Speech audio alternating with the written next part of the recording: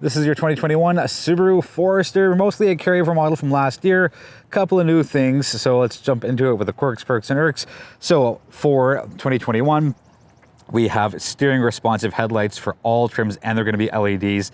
So that's, to me, it's a great move. Again, whether you want the entry-level Forester or the top trim, I get your halogen turn signals in there, but for the price point, it doesn't really make a difference to me.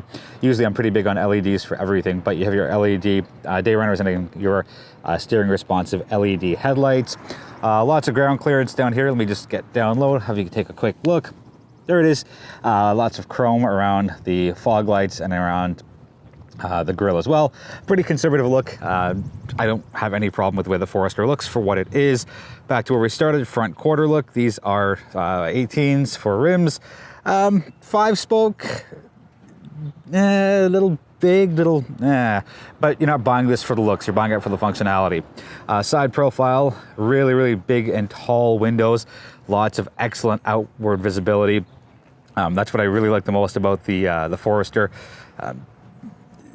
Pretty much no blind spots compared to some other vehicles in its class. I think that's a really smart move. Yeah, it looks a little ill proportioned at times, but tall windows absolutely help with visibility and making things easier to see. Going around the rear, you get the good old lobster claw taillights. Again, carryover model from last year. It was all new, I believe, in 2019 for the 5th generation, so not many changes here. My Irk's going to be that there's not even a dummy pipe there, just my need for symmetry doesn't really like that all that much. Anyways, not a deal breaker at all. You do get a rear washer up there for your rear view camera and a cool little interestingly patterned cargo cover here, plus the retractable one up here as well. Let's get that put in again, nice and easy. Oops, I spoke too soon. Hold on, I'm determined to get this. Oh, because it's not on the other side, that's why. Anyways, good job on watching me struggle. So there it is. I believe it's 1,960 liters with the seats down. Again, it's nice and easy. Pull tab there. And you pull it underneath, you get a little more storage, and then if you lift this part up, which I'll do with one hand, there is your spare tire. Let's keep this consistent, let's keep this quick. A cool move here, you can actually lock all the doors from back here as well, in addition to closing it. I'm getting back in the car, so I'm not gonna lock it. I'm gonna go back here, let's do this all in one longer take. So this is the second from the top, limited trim. I'll show you how easy it is to pull the seats down. One touch. It's not even a lift and pull, all right? So hold on. There it is, so you just pretty much lift it up. I guess it is a lift and gently tug at it. So they don't fold quite flat, but fairly flat. And I'll back up and have you take a look at the opening of the rear door. I'm gonna say that's like 80 degrees, not quite a full 90, but lots of space to get in. Rear seats are fairly comfortable for this vehicle. You get 2-stage heated rear seats, plus a couple of USBs. We'll have you take a look right there, and it's covered as well. But it comes actually up and out instead of just flipping up. So nice move there, Subaru, good job. And of course you have your center armrest with your cup holders. Always like this about Subaru, headrests go forwards and backwards as well as up and down. We're not all made the same way, and Subaru absolutely recognizes that. Okay, please stop beeping, Subaru. Anyways, I have the car on accessories. That's why it beeps every time I open and close the door. Let's start here. Upgraded Harman Kardon 9-speaker audio system. All your controls here, standard stuff. You got a bottom, so you do get storage. 2-stage memory seats here. Cool thing here is all the support you get. It doesn't look like much, but once you're actually in it, it's a lot more support than you think. And of course, the side bolsters, full marks there. Let's climb on in. Give the car a quick start. There's your start stop button. And there it is. So analogs on the outside, digital on the inside. Everything is controlled right through here. Same as last year's and the year before's. Not much more to talk about here. Sorry, this stuff controls some of the stuff up there and a lot of your eyesight stuff and your settings. So if you're new to the Subaru brand, it takes a little bit to get used to because it's a little weirdly placed, but you will get used to it.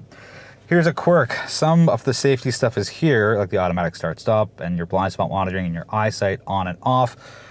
If you want your lane departure warning on and off and your collision warning, you have to go up here. I think it's a weird place to put it, although I'm sure it makes sense if it's integrated into the eyesight, which is all up here, as opposed to having the rest of it all down there. But you know what? It doesn't really matter. It took me a minute to find it because I haven't had a Forester, I believe, since it came out in 2019. Anyway, a small screen up there and a full 8-inch color screen up here. I think that the Forester will get the Outback treatment where it's one big tablet style screen. I don't think it's going to be next year. I think 2019, 2020, 2021, 3 years. So maybe year 4, maybe 2022 for the mid-cycle refresh. They might get it, or they might wait for the entirely new 6th generation to come out, I believe in 2024, 2025.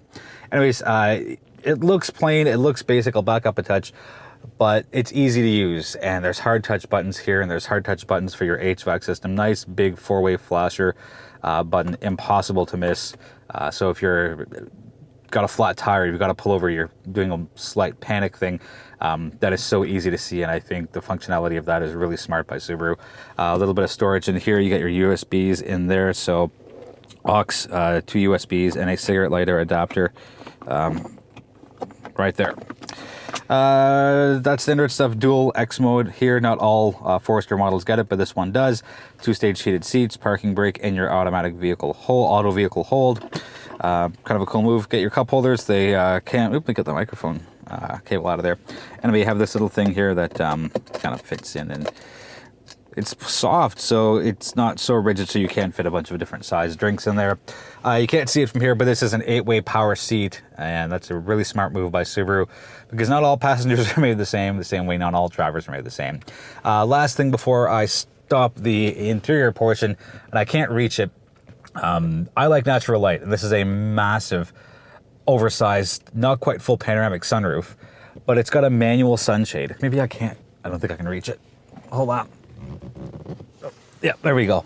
Usually it's a power sunshade for something this big, but good job Subaru on making it manual, because the less moving parts there are, the less the brake and the less cost it is to repair. So really nicely done there. The addition here for this specific trim and the top trim, it's the driver monitor. Some vehicles have it in here, but Subaru has it here, and it's angled towards the driver.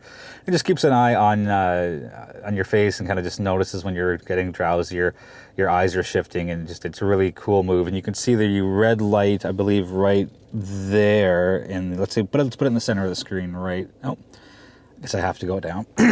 Anyways, so it's there, and it's a really cool move. They'll help keep you safer on the road. On the road with the 2021 Subaru Forester, same engine as last year and the year before, and it's their 2.5-liter 4-cylinder engine, 182 horsepower, 176 pound-feet of torque, all through Subaru's CVT. It's not lightning fast. You're not going to be having your head whipped back into your headrest when you step on the gas. But you're not buying a Forester for its brisk acceleration. You're buying it for its functionality. You're buying it for its great sight lines. You're buying it because every single Forester gets standard eyesight. So to me, that alone is worth the price of admission, so to speak. Steering feel, it's a little light, but it's not loosey-goosey at all. It's still responsive. There's a little bit oversteer, a little bit understeer, but again, think of the class of vehicle, think of why you're buying this, and all of the benefits that do come with it. I will say the taller, larger windows make it very easy to park the vehicle. Yes, I know we have a backup camera, which is mandated by the Canadian government, but just having, again, look at the size of these windows. It barely fits in the frame of the camera, so you'll always know what's beside you, whether you're pulling in or backing in or parallel parking. The Forester, lots of space, comfortable driver's seat. I really like that the passenger seat is now 8-way power. Sure, 4-way automatic or manual seats, they're okay. But if you're doing longer road trips with your family, whoever's in the passenger seat will have that added benefit and value and comfort of having an 8-way adjustable passenger seat. Overall driving dynamics, it does what it's supposed to. It does it well. There's nothing to write home about, and it's not bad by any means. I'll call it comfortable, because that's how I feel when I drive the Forester.